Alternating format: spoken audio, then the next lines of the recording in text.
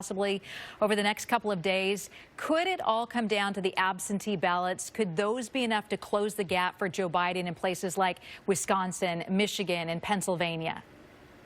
It's very likely, Julie, that the absent or the mail-in ballots will make the difference for Joe Biden.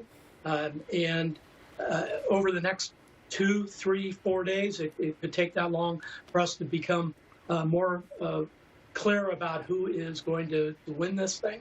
But the fear is, frankly, that it comes down to one state. It maybe comes down to Pennsylvania. And then we have a repeat of 2000, Gore v. Bush, where every ballot is being argued and the litigation goes on from both sides. Eventually makes its way to the Supreme Court. Who knows? That would be kind of the doomsday scenario as we look at the map that the viewers are looking at right now, because if Wisconsin and Michigan and Pennsylvania and North Carolina and Georgia go in the president's direction, I expect Nevada to go to Biden.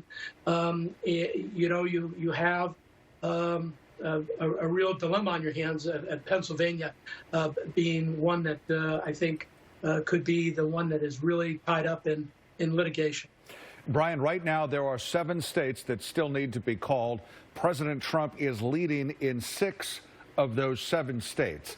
I know that with mail-in ballots, those tend to favor Democrats, but when you look at some of the numbers in Wisconsin, Biden down by 100,000 votes, and in Michigan he's down by 300,000, and in Pennsylvania he's down by 600,000 votes. Is it feasible, even though Biden is leading right now in the Electoral College, is it feasible that those mail-in ballots can make up those gaps? Those are some pretty big gaps. They're big gaps, Frank, but you don't know where the votes are coming from. And if they come from large urban areas, that's going to go blue, Democrat. If it's coming from the rural areas, those are going to be mostly Republican votes.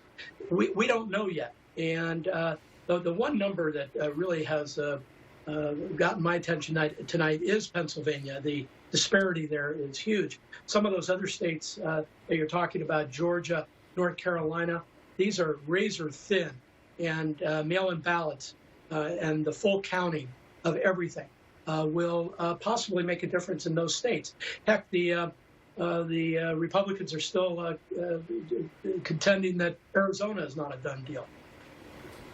Brian, I want to ask you about Georgia, and perhaps there's some surprise that it is close as it is, and Atlanta still has quite a few absentee ballots to count that many believe that could turn in Joe Biden's favor. Are you surprised that it is that close in Georgia?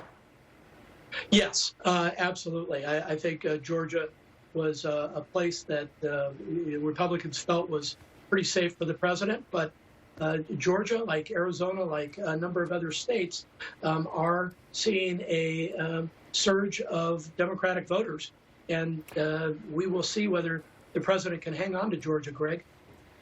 Still a lot to be sorted out, and we are going to be watching well into the night over the next couple of days. Brian, thanks for your analysis. We appreciate it. Thanks for your time. My pleasure, Julie. All right, now we head to San Francisco and the Mission District.